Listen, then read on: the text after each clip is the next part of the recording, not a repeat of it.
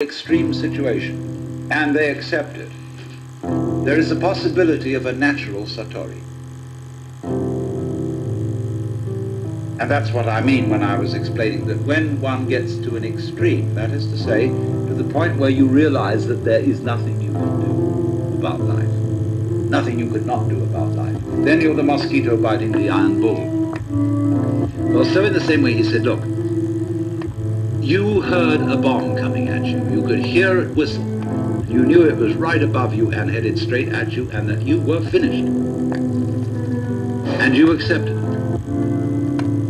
And suddenly, there was a strange feeling that everything is absolutely clear. You suddenly see that there isn't a grain of dust in the whole universe that's in the wrong place.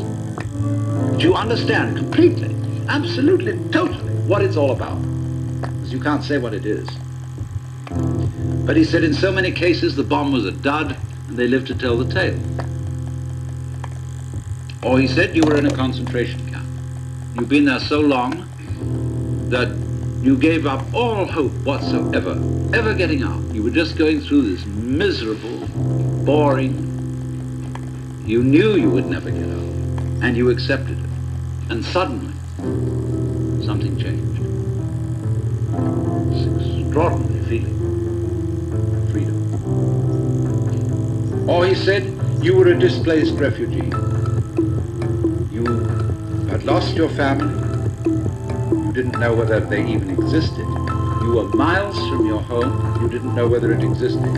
You had lost your job, your very identity. You were absolutely no one. And you accepted it. And suddenly, you were as light as a feather and free as the air. Now he said, so many people have had those experiences and they talk about them to their families and friends and they say, oh, well, you were under terrific pressure and you probably had some hallucination, you know? Well, he said, I am showing those people that so far from having a hallucination, those were the few occasions in which they woke up. So, you see, this is always the opportunity presented by death.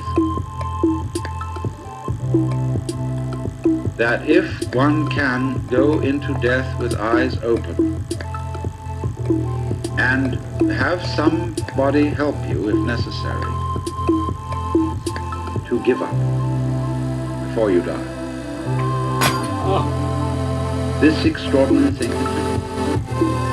So that from your standpoint, in that position, at that time, you would say, I wouldn't have missed that opportunity for the world. Now I understand why we die.